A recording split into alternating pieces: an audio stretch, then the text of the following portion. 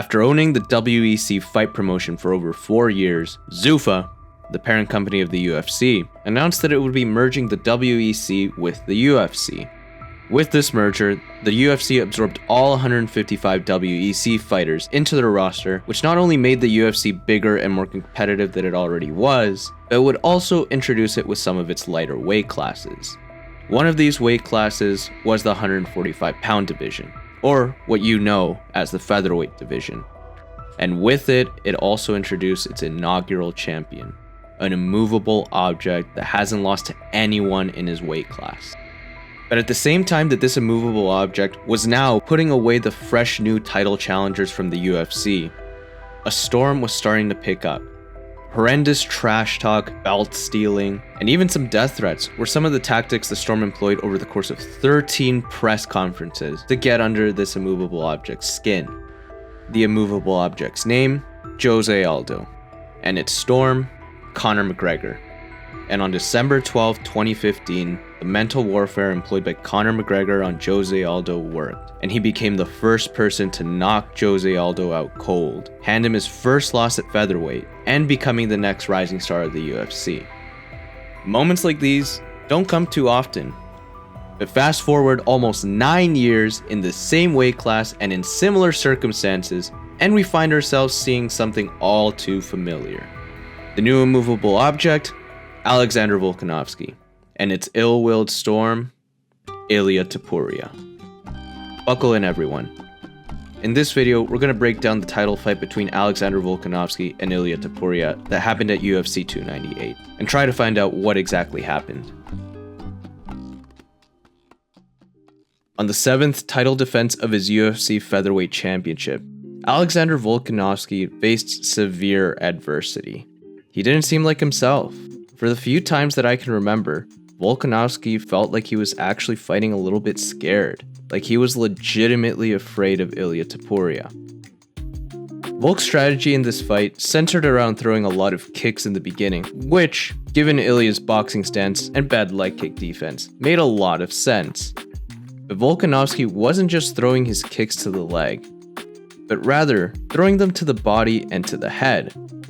But what made this strategy more difficult to understand was that Volkanovski was throwing these kicks in a switch stance, which made his kicks not only more telegraphed, but also have less power than a regular kick. Combine that with the lack of combo setup on his kicks, and Topuria was able to quickly adjust. When Topuria started to adjust to this though, Volk went back to his bread and butter by using his 72-inch reach and establishing his lengthy jab. But unlike his fights against Max Holloway, Yair Rodriguez, or even Islam Makhachev, this jab felt a little bit different. Volkanovski's jab against Ilia Topuria was actually missing. According to Alexander Volkanovski's significant strike distribution, Volk's head strike accuracy against all his opponents sits at around 49%, meaning that Volk tends to land his boxing combos around half the time. For those unfamiliar with this stat line, having a head strike accuracy of 49% is really good. In fact, you can't find anyone else in the top 10 that has such a good head strike accuracy. And if we remove Bryce Mitchell's name from the list, because he's more of a grappler that lands most of his strikes to the head on the ground, then you'll find that no one in the current top 15 has as good of head strike accuracy as Alexander Volkanovski. So, why all the praise about Volkanovski's superb headhunting? Because when you compare this cumulative strike accuracy to his strike accuracy against Ilia Topuria, you'll notice that his strike accuracy against Topuria plummeted enormously from his overall strike accuracy, with his accuracy dropping almost 13 percentage points from his once superb 56%. And if we hone in on his head strikes, his once great 50% hits to the head that he had on all his other opponents has been reduced to a not so great 30%. Volk's strike accuracy hasn't been this bad since his fight with Chad Mendes. And well, that fight was over 5 years ago, when Volk still wasn't even featherweight champion yet. So, why did Volkanovski look so off in his fight against Ilia Topuria?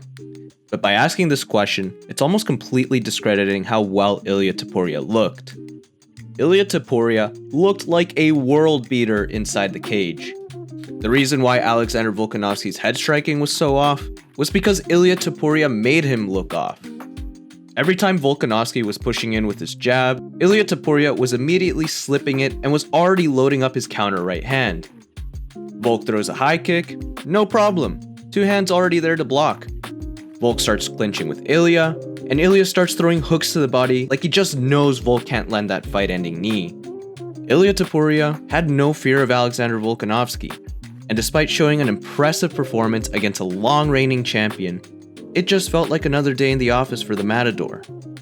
In fact, if we look at Topuria's strike distribution for his fight against Volkanovski, aside from a 9% drop in head strike accuracy, courtesy of Volk's fades and Ilia's combos to the body instead, Ilia Topuria's strike distribution in this fight looks pretty much the same to his overall distribution. Even the overall accuracy for all his fights is similar to his accuracy in his fight against Volkanovski. His strike output, pretty average as well. But what about Ilia Topuria's strike defense? If we check his overall strike defense and compare it to his fight against Volkanovski, this fight also wasn't a standout performance. His body and leg strike defense against Volk was, again, very similar to his cumulative strike target defense. Comparing this strike defense to the rest of his fights, and you find the same thing. Ilia's strike defense in his fight against Volkanovski wasn't some sort of breakthrough performance. It was, by all means, just average. Offensively, it wasn't his best performance. Defensively, it wasn't his best performance. By all metrics that I could find, Ilia Topuria's showcase against Alexander Volkanovski was just an average day, which makes this performance even scarier. The guy is just 27 years old, and since December 2020, he's been finishing every single one of his opponents in his fights in the first or second round. And well, the people that weren't finished by his relentless onslaught were demolished on the scorecard so bad and looked like they needed to reconsider their fighting career. And the top dog of the division, the supposed hardest fight to date, was just another petal to his rose. Ilia Topuria knocked out Alexander Volkanovski in the second round at UFC 298, and now has the potential to become the next dominant champion in the UFC featherweight division.